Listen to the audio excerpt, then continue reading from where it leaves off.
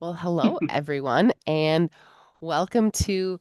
We've got a great topic today where we're talking about gifted education and also education for twice exceptional students. And we're joined by Dr.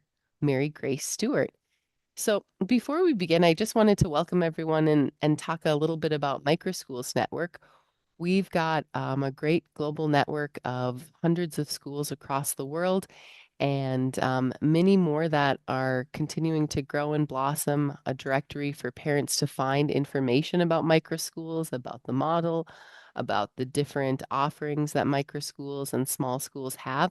And so we certainly welcome you to join our site. Membership is free currently as a school. So, I mean, it doesn't hurt because all you're getting is lots of traffic, lots of amplification of your school. But we also have lots of different resources for school founders and parents that are thinking about the different types of education and trying to evaluate what's right for their family. So we welcome you to join anytime. And thank you so much, Dr. Mary Grace. She's the executive director and the founder of Ideal4Gifted. So if you'd like, I'll hand it over for you. And if anyone has questions, you can certainly put them in the chat and we'll address them at the time or otherwise at the end of the presentation if we don't have enough time. Yes, please. So thank you all for coming. And I want to give a little shout out to microschools because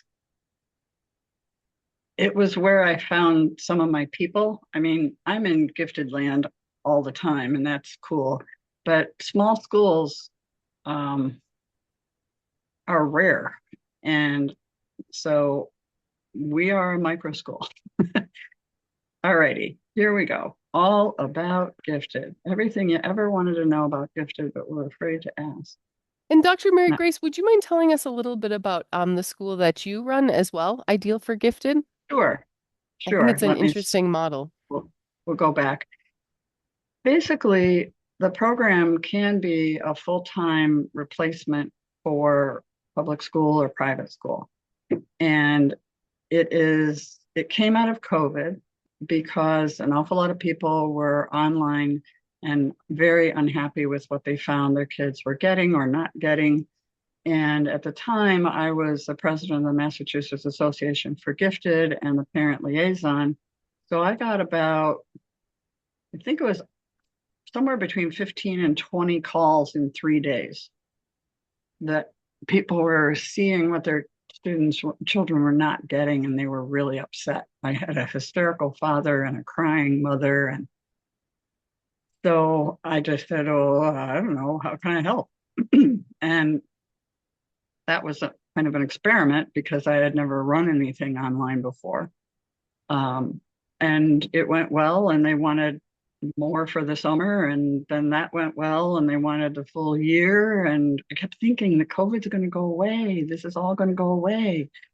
But it didn't because the students who are gifted, and especially those that have multiple exceptionalities, um, the school just aren't like wide enough, sort of, Yeah. to deal with that. So IDEAL, my little sign back there, it actually is an acronym for Innovative, Differentiated, Enriched, Accelerated Learning. And that name came up kind of by accident. I was just brainstorming words that had to do with what gifted kiddos needed. Mm-hmm. And then I noticed on my scribbled sheet of paper that I had a word.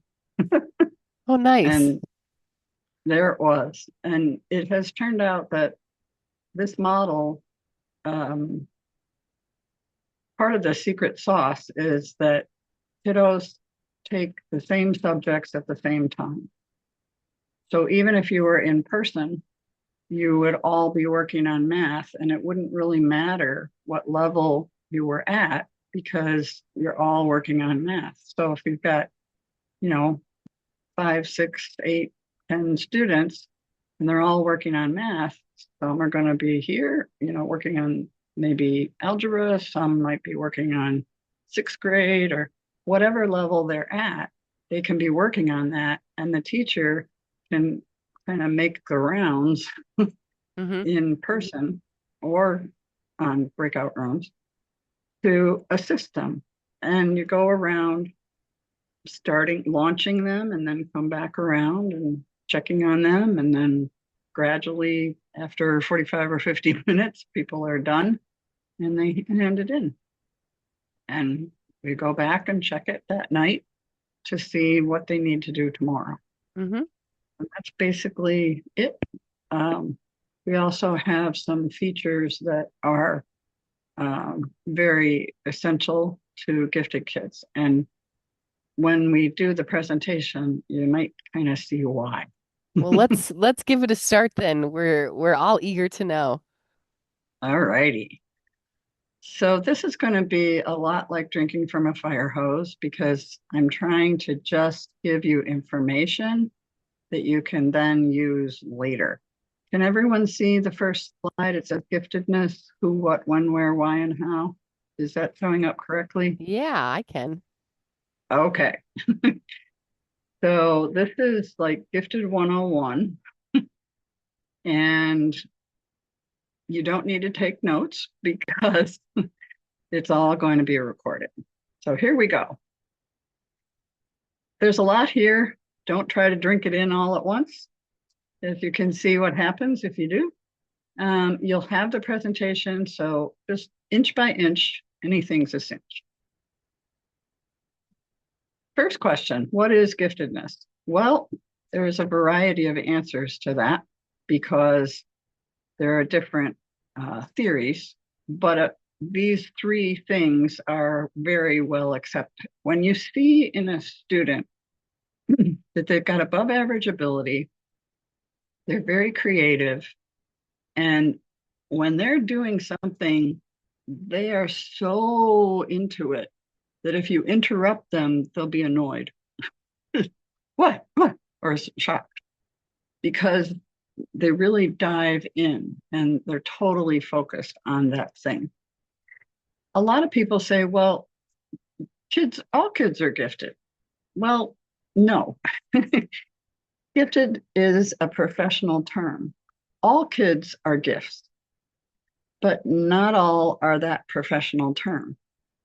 So it's like the word reed. Well, a reed can be a straw of coming up out of a pond, or you can be looking at a book. So, yes, those two words sound the same, but they have different meanings. And the key here is that we now know, as a result of MRIs and various more recent research, that actually the brain functions differently. So they fall into the category of neurodiverse. And it used to be harder to say, no, no, I really see something different. But now we actually can map it. It's the intersection of creativity, internal motivation brought to bear on an area of interest. And if you look at the name Dr. J.S. Ranzulli, you'll find an enormous amount of information. He's one of the top, I would say, 5 in the world in this particular domain. It also is in certain people at certain times, under certain circumstances, you'll see it. Otherwise, you may not. So, who are the gifted? Well, there's basically two types, for lack of a better word. Um, they all have some exceptional ability in some domain, but some of them are more creative and productive, and some are more academically focused. And they're both gifted, but you've got advanced ability, creativity, and internal motivation in the characteristics of the creative producer. And then the schoolhouse gifted are the ones that are getting really high test scores. They've got a lot of cognitive ability, but they don't necessarily live outside of the box. Our creative producers not only do not function well in the box, for them, there really is no box. It's an illusion. So giftedness can also coexist with a couple of other things, and that would be um, learning challenges, or you might say disabilities. It could be physical disability, it could be a learning disability. But when you've got both of those things, it's even more difficult to address the giftedness part, because schools in general are worried about what you don't have, probably more than what you do have. So getting them both, though, is the trick to how you get it to work, is to feed the gifted side. So here are some characteristics of gifted individuals, or a description by the United States National Association for Gifted Children. And we've got students with gifts and talents who perform or have the capability of performing, because that under certain circumstances part, it may not be that they have the circumstances that can allow them to show this at higher levels compared to their same age, experience, and environment in one or more domains. They require, not it'd be nice, they require modifications to their educational experience in order to learn and not just repeat what they already know, and therefore potentially realize what they can do. They come from all racial, ethnic, um, cultural, economic strata. And they require sufficient access to appropriate learning opportunities to realize their potential. They can have learning and processing disorders that require specialized intervention or accommodation, and they need support and guidance. They will not be fine on their own. Whoops, wrong way. The students who are multi-exceptional, it's often called twice exceptional, because that term was coined by Susan Baum probably back in the late 70s, early 80s, and we understand it that way. But we now also realize that there could be a variety of biases that are also a part of the recipe for some students. So coexistence of giftedness and other learning challenges. The most common ones are ADHD, anxiety, and level 1 autism. The next most common are dyslexia, dysgraphia, and dyscalculia. And there are also issues woven into most gifted kids that are sensory overexcitabilities. And I'll try to define that later. The biases can be by geography, like they're living out in the mountains and the hillbillies, and so, they couldn't possibly. Or maybe it's an ethnicity, or maybe it's a poverty issue because they don't look gifted. Well, I got news for you. There isn't a look. So, what do you do about that? The big important thing is that you nurture their strength and their interests, because there's an interesting phenomenon, and that is that a student's interests and their strengths trump everything. I mean, think about it. If you really want to do something and it's difficult, but you really want to do it, you're going to find a way. And therefore, leading with the area of giftedness or the area of strength or the area of interest will pull through. And then if there are, diagnosed real difficulties, then you accommodate for those. But you don't do it the other way around. It doesn't work. And there may also be a bias issue in there that's causing a problem. But the combination with leading with their strengths and then underpinning with some scaffolding is like magic. Characteristics of giftedness. They come with, package that often includes asynchronous development. So their competency may be way up here, but they've only been on the planet for like 6 years. So their emotional ability and social ability doesn't line up. We had a 10-year-old recently who was working on 10th grade geometry. He's in high school geometry, but he's 10 years old. So, his ability to handle emotions and social situations was like a 10-year-old. Another This areas was, are yeah, this was a question that someone had asked about was that when someone has high IQ but low EQ in terms of right. dealing with things, which is just this. Well, it is also often exacerbated by the overexcitabilities. If you're very, very tuned in, your brain just is fine tuned. You may say I sometimes call it like a Ferrari brain as opposed to a Chevy truck, which is how many of us are. So if they've got that, then they're often even more tuned into things that are well beyond their ken.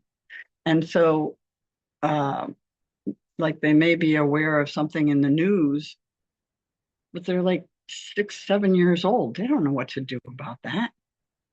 And it really upsets them because they have these what's called overexcitabilities. We sometimes also call it high sensitivities. My husband, we're older now, but when he was younger, he could actually hear a dog whistle. Just like, and Wow. you know, what's that got to do with? Well, it's because his brain is wired to be very sensitive to certain things. And it just so happened that sound is one of them. He's a concert organist, and that kind of makes sense because, music, auditory extremes. So here we go. The cognitive characteristics may include, and I apologize for running through these, but you can take a screenshot if you really want to. They tend to think abstractly. They apply broad concepts. They tend to be early readers or figuring out how numbers and quantities work. They tend to have large vocabularies for their age. So you may feel like you're talking to, like a 20 or 30-year-old, and but they're only 6. Um, they tend to have a high degree of curiosity. The kid who's like, but why? But why, mommy? But teacher, why? Because I said so is not going to satisfy them. They have a high degree of critical thinking, which tends to lead them to be kind of judgmental, black and white. That's wrong. You shouldn't do that. Who are you to tell me? Right. They tend to be persistent in their area of interest. So if they're working on a Lego project and it's a big one, and you come and say, hey, it's time for dinner, it might be as if you never said anything because they're so deep into it. And then when you finally get in there, they'll look up and go, what? Or, no, because that breaks a thing called flow. And a flow is a neurological phenomenon. And you interrupt that. And it's not that they're trying to be rude, it's just that kind of an interruption is actually uh, similar to being frightened. So they tend to like independent work or independent study. They tend to have an independent attitude, and they tend to have independent social behavior, which is also goes to the, may not be saying the right thing at the right time. They often have either diverse, like a lot of interest, and we call that multipotentiality, or they tend to be very singular minded. I had one student that I think it was preschool, I think he was 3, became interested in dinosaurs and went all the way through to college education in paleontology. Yeah. Unbelievable. Unbelievable. All of these things, All I of mean, we're thinking of students that we've had in the past at our own micro school and how, I mean, and also how great that these models can serve these kids with Yeah, customization, capturing their interest. right.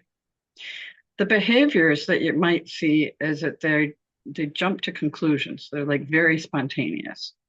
When they're focused on interest, don't interrupt them. They might have a long attention span for some things, but very short for others. But the long, for example, when my elder daughter was 2.5 or 3, she would sit through an entire movie absolutely transfixed. Now, the pediatrician said, that's not possible. I'm like, yeah, it is. It's happening, and I don't know what to do about it because I can't get her off something onto something else because she's transfixed. They might need less sleep. That same child only slept like 4 hours a night, and I needed 9 hours a night. So it was interesting. Uh, they're constantly questioning, well, what makes that work? Well, how does that? Well, I don't know. You said that it's incessant because their brain is incessant. They have an insatiable curiosity. And I don't know if you know the Rudyard Kipling story about the character who had an insatiable curiosity, but sometimes it doesn't go down well.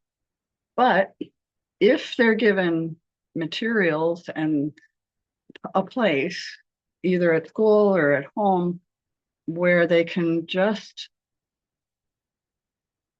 hunt and find and tinker, that's very helpful. Tend to be impulsive, eager, and high spirited, or very quiet because it's all going on, going on, going on, going on. And it may not come out verbally or physically, but often it does. They persevere in an area of interest or of deep concern. We have one student now who's been with us for going on 5 years, and he has a real concern for homelessness. And he has done major things. Um, he made 50 scarves and hung them around a tent city. He ran laps in 94-degree weather to get donations, and he vetted the homeless service organizations and gave his sponsors the address for them, and he raised over $500. And that was when he was 8 years old. Wow. They may also have a temper, and that's the reaction. Big feelings, big reactions. The creative characteristics tend to be that they're inventive. Like you're thinking, let's make a truck. And they're thinking, let's make an umbrella. They tend to have a keen sense of humor. So when you're an adult and you think you're telling a joke that has a double entendre that they won't get, think again. They'll go, "Mom," or teacher. Like you thought you were talking teacher to teacher, but this kid got it. They tend to be very imaginative. They tend to be open, mainly because they're not closed. They don't have that framework. So they're just like, wow. They tend to be intuitive. They'll sense what another child's. I was visiting in Africa. The kids were outside at recess. There was actually 2,000 of them outside at recess at the same time. This one little kid came back and he was in tears, and we thought he'd been hurt. And he ran to one of the teachers and whispered. What it was that someone else got hurt and nobody helped him. And he was too far away for this kid to do anything about it. So he ran to the teacher and said, "Oh, da, da, da, da, da, da." And the teacher gave him a hug, said it would be okay. They walked together to find the child who had been hurt, and it was resolved. But out there, amid 2,000 children, this one little guy noticed another child way far away in the field. Incredible. I think that child was maybe 10 or 11. Um, they tend to be flexible in their thinking when they want to. So they may think differently, but not so much because you said to, but rather because they just do. They tend to come up with original answers to questions. They tend to elaborate and sometimes ad nauseum. Okay, okay, we got it. Oh, okay, we got it. We got it. Timmy, we got it. Yeah. And one of the nemesises is perfectionism. So if they can envision something that maybe a 40-year-old person could achieve, but they're 12, it's very frustrating. So the trick with that is to say, yet. But I wanted to make a rocket that would go to Jupiter. Okay, maybe you can't do that yet, but let's work toward that. Rather than saying, no, you can't make a rocket that can go to Jupiter, because that just shuts down and says you're not valuable. And they tend to be talkative. In case you can't tell, that's one of my strength areas. The social emotional characteristics are intensity, sensitivity, high expectations of themselves and others, a sense of being different, high levels of moral judgment. That's wrong. And they want to fix it, but can't always. Idealistic, concern for justice, and a need for consistency between the values that are proposed and person's actions. So they don't like hypocrisy. And the overexcitabilities. Now, I had a lovely set of pictures here, but they're gone. Anyway, the idea is that they might be sensitive intellectually, they might be physically sensitive. My husband with the hearing. Some kids, if you touch them, they'll startle. Don't touch me. They're not being rude. It's that they literally feel things more than others. Some kiddos almost are like little, I can't think of the word, the little sea creatures that have their little uh, tentacles out and they're very The aware of it. anemone? Anemone, thank you. That they pick up everything that's going by. Imagine that on every surface of your body.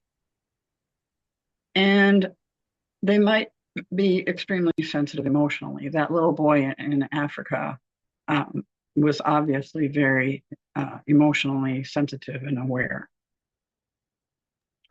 So, So sorry, when just does to this take? Yes, interject, in that previous slide, um, for a lot of these things, you'll see numerous things at the same time. Will you see them presented? I mean, maybe you'll see one, but you could also see potentially three or four. yes. However, the what you watch for is what triggers it Mm-hmm. because fluorescent lights are a well-known trigger for those who have a strong auditory overexcitability.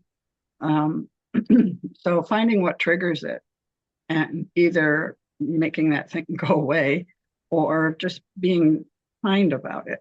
I had a student who was hypersensitive to time. If you said to her, well, we've got 5 minutes and then we're going to wrap it up, she would have an anxiety attack.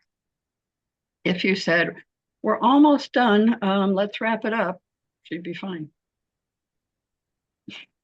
So the So you find specificity, out what the yeah, triggered her. Yeah. triggers are. This is the way they are all the time, 24/7. It doesn't matter.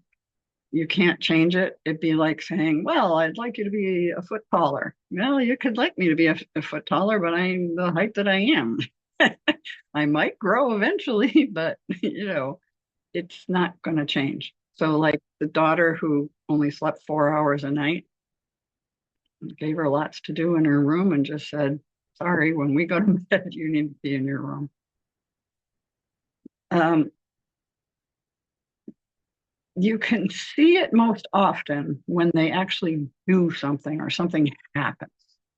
And Dr. Renzulli is very much of the opinion that adults should be watching, because when you see these characteristics, the child may not, they're a child. They're not going to say, I think I'm rather gifted, don't you? Uh, you know, such that they would get the cognitive nourishment and the support that they needed. So it's the adult's job to kind of watch for that evidence in creative endeavors. When you put them in a situation where they have to create something, or they are in a situation where they have to create something. Oh man, I'm really sad because I had a lot of really cool pictures. Yeah, you did have lots of great pictures, but they didn't load this time. It's so strange. I know. But anyway, where do you find them? Everywhere. When you think about it, if let's say a conservative amount would be like 6% of the population. Okay. But it's 6% of the population in every human endeavor. It Yeah, gets a lot bigger significant. that way. Yep.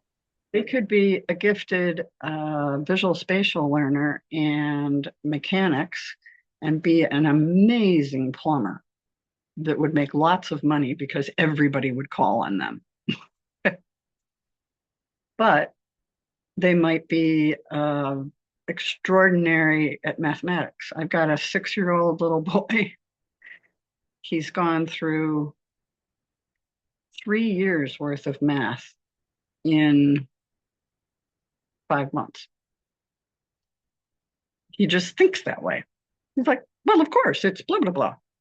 Okay. So why? Why should we pay attention to these kids? They've got lots of abilities. Surely they'll be fine. Nope. They need it fed. It is a nourishment issue. They deserve to learn new things every day. And if they're not, then bad things happen. They either act out or they shrink down. And either way, they don't realize their potential. And you haven't succeeded as an educator or a parent, which is really sad. They need learning fulfillment, and society needs them because these are the future problem solvers. And goodness knows we've got problems. So, oh, so sad. Lots of good pictures. Maybe we should upload the slide deck with the pictures as well. Yeah, we can do that. I can also send the slide deck to participants too, so they can see Yeah, some of those. Yeah, yeah. Because a picture's worth 1,000 words. So there's this absolutely. thing called zone of proximal development, or ZPD. If you know the story of Goldilocks and the Three Bears, you can think of it kind of like that. Some things that we as adults give to kiddos or provide for them are too soft. And even with the gifted kittens, some are too hard. And if it's too hard, they get frustrated and they simply come to believe that they're not as smart as people told them they were. If it's too easy, they get bored and they start to either act out or withdraw. So, what do?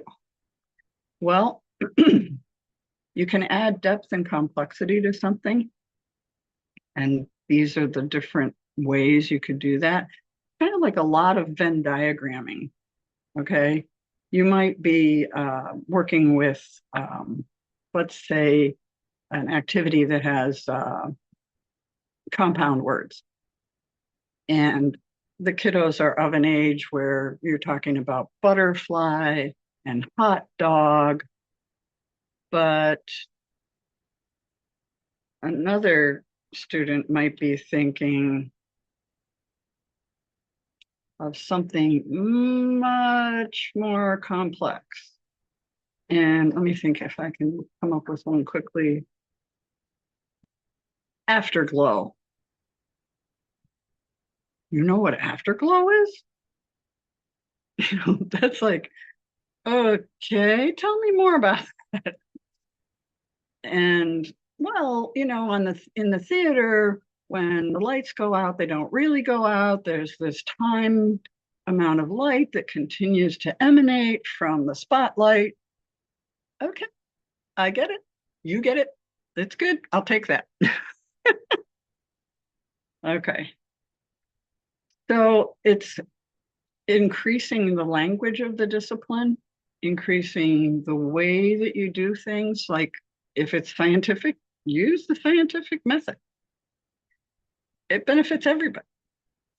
Um, they can give you more detail maybe than others. They can see patterns and trends that might not be there.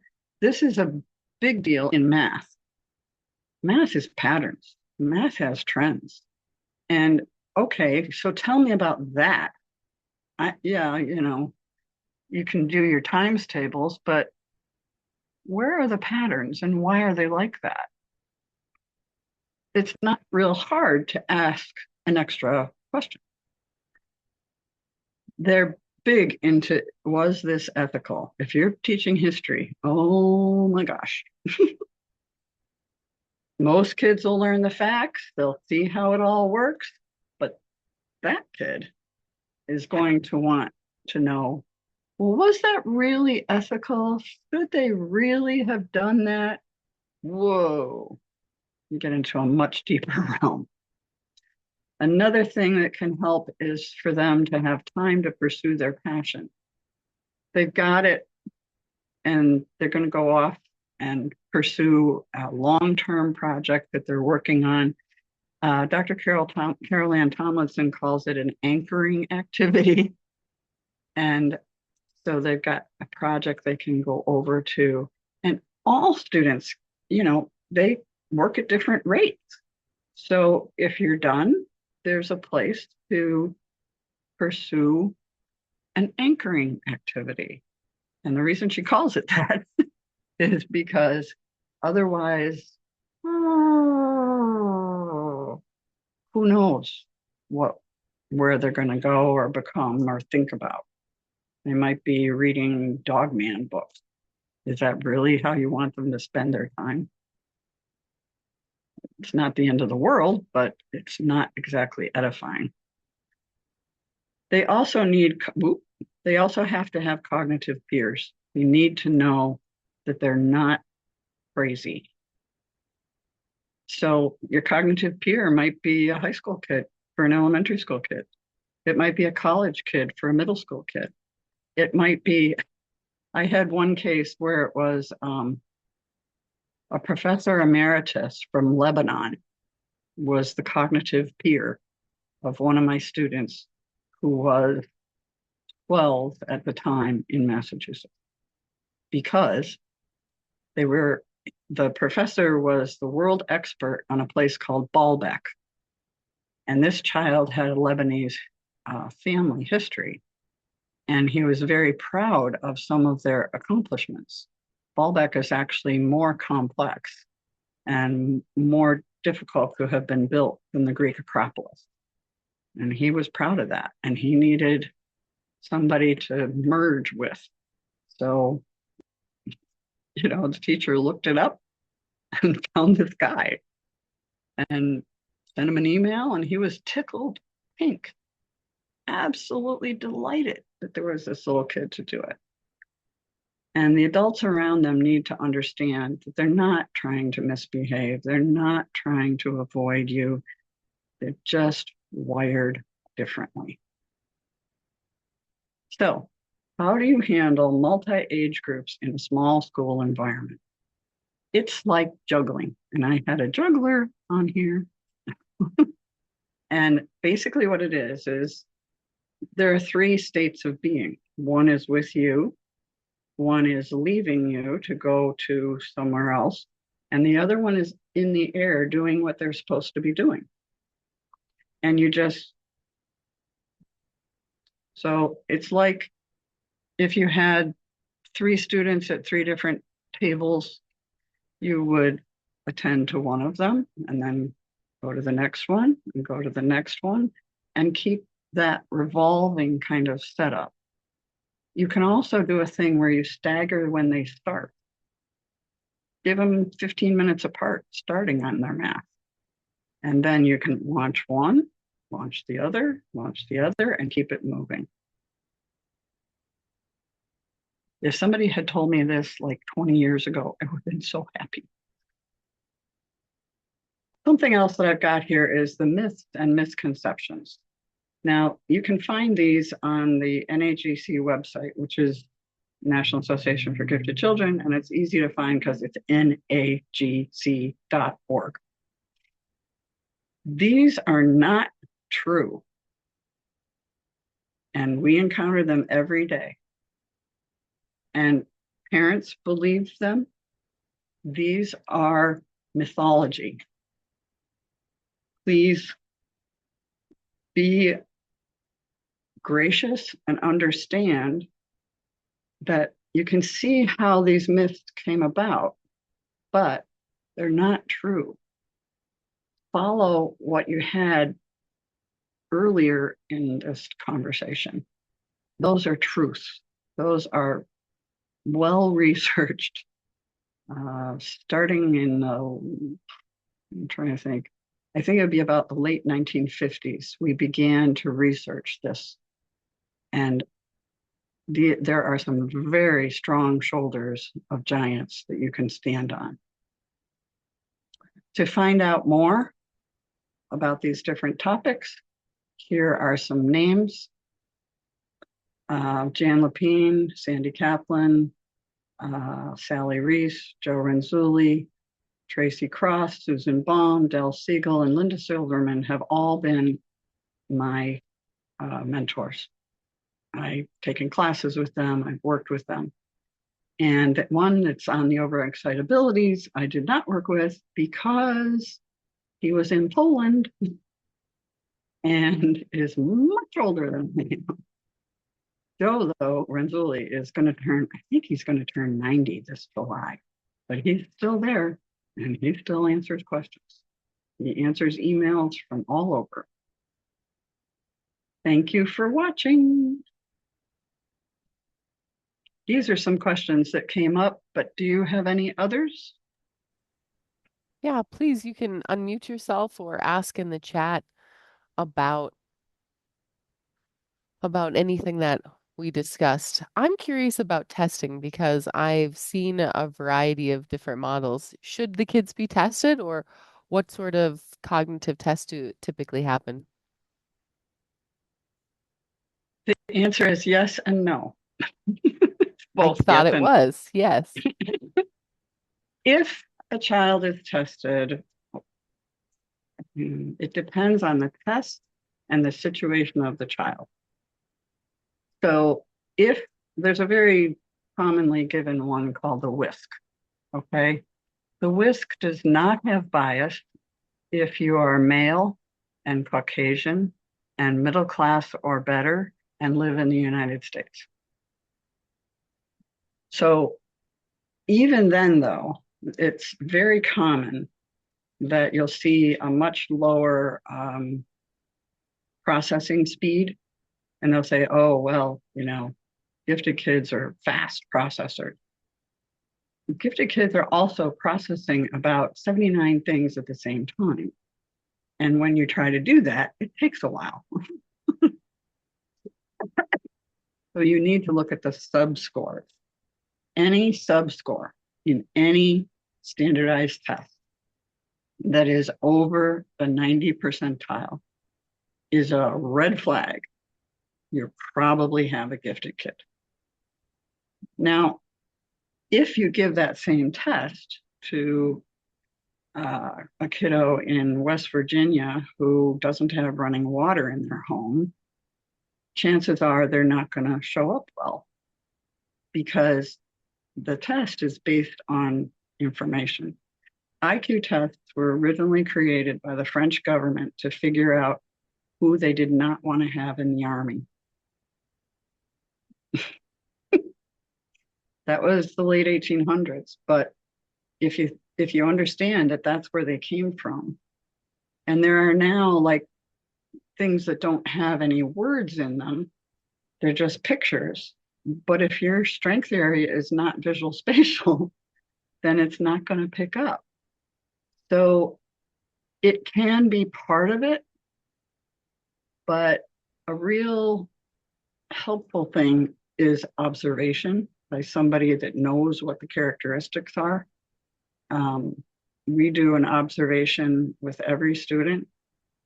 An opportunity to test the waters to see if what you have to offer is something that turns them on. Several years ago in Connecticut, I did a project with a school district where we offered creative studies to everybody. And holy moly, two things happened. We found a whole lot of kids that were very able, and their state test scores went up in math Interesting. because the critical thinking process and the creative thinking process allowed them to attack the test in a completely different way. They weren't trying to memorize what's supposed to be the formula or the answer. So exposure to some experiences that are generally designed for gifted kids. And if they float up, there's that expression about a rising tide lifts all ships. Well, if you raise the tide, you're going to see a lot of ships float up that you might not have.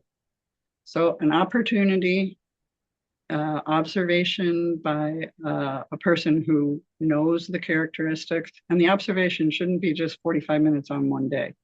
It needs to be a variety of subject areas and a variety of times of day. Often, the parents see it. They don't know what it is. They'll say, my kid has some strange characteristics, and they do this, and this. What is that? And if they're talking to someone who is aware that certain characteristics go with this kind of brain development, then that's another way. I have never, let me back up a little. I was working in public schools for about 25, 30 years. And I never had an administrator who was willing to listen to a parent that said their child was gifted. However, I have since dealt with 200 families in our program and over 350 families in the state of Massachusetts. And that's a lot of parents. Not a single one of them was wrong. Not one. I could not service all of their needs, but I could definitely empower the parents with information, resources, and I could serve many of them. We have served almost 200 students in the past 6 years. So you need to have sometimes someone notice. The big thing about gifted girls is that they tend to be too nice and they don't get noticed. The boys, and we disproportionately have had boys because the parents are saying things like, I know my kid loves to learn, but he's in trouble all the time. Tell me more. Mm-hmm. Mm-hmm. Yeah. So I sometimes we've had like a school counselor or um, I had a student who was in a special school for severely mm, learning differences. She had gotten put out of her public school and put into a special school because she was so frustrated that by the time she was in third grade, she picked up a chair and threw it at her teacher and hit him. She was just incredibly frustrated and had no social skills and no empathy. She was autistic. She was, she is brilliant. She's a brilliant musician. She's a brilliant mathematician. She derived new algorithms when she was with us. She went through all of algebra in 4 months and all of geometry in the other 4 months when she was 12. So your answer is an IQ can help, but it's not a defining apex. Mm-hmm. Well, that's interesting. That's really interesting to hear all of your stories of the various students and different school systems and things and parents. I've been at this since 1978 in one way or another. I started out in art and then went into theater and then did art and theater and then did math and science because I discovered that math and science really had a lot of similarity in the way that kids thought to the arts. Yep, absolutely. And my best friend from college was a scientist, and I was an art ed major. And we absolutely thought that still do think the same. Is there Well, anybody else out there, Catherine, Microsofty looking people? I know whenever I send out the email, then sometimes people register, they didn't change their name. So yeah, don't be shy. Feel free to chime in. So the questions that are really common for us are, should they be tested? How do I know if my kid is multi-exceptional? If they say that they're, have a special need of some kind, well, if they are above average in some area and they're creative and they really go deep into something that they're interested in or a strength area, chances are, yeah, they are multi-exceptional. You had shared a slide before you had said maybe 6%, but then you said 10 to 15%. I mean, do we have averages really that researchers have done about the The population? the national kind of everybody agrees it's at least 6%. Mm-hmm. Minimum. But the trouble is that that's 6% in every domain. Sure. So if you multiply six times, five school subjects, it could be as much as 30%. Oh, that's interesting. Yeah, very hard to determine that, right? Or to how to overall categorize it. Mhm. But in a school, you want to look, if you've got 10 students, the likelihood is that at least one of them has an extraordinary ability. Mm-hmm. Yeah, that makes sense. Well, if everybody's satisfied, I know this has been a great presentation for me. Um, I wanted to share some information about Microschools Week.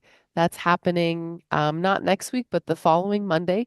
It starts on the 27th of April, And there's lots of information on our website if you want to check it out. But we're really just trying to get the word out, spread the word so more people understand the great diversity of this model, the way that we continue to innovate and pilot and customize.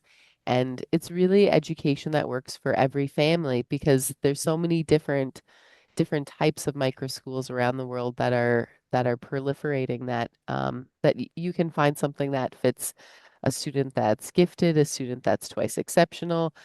Maybe your family's into forest schools, Montessori, you want a flexible hybrid, you're moving places, you're digital nomads. I mean, there's everything. There's everything available.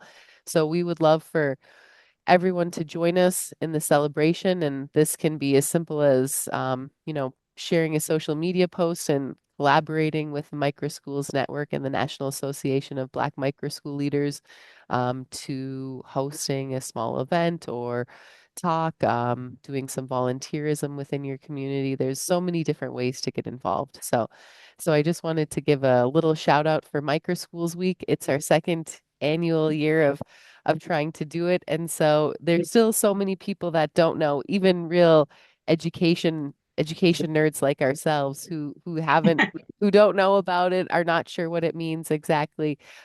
So if they don't know, then who else doesn't know? So we don't need to be secret anymore. So anyway, with that, And just yeah, you can check out our website. It's under the schools tab, Micro Schools Week, and you can participate or just respond to the email and I can absolutely send you some more information too.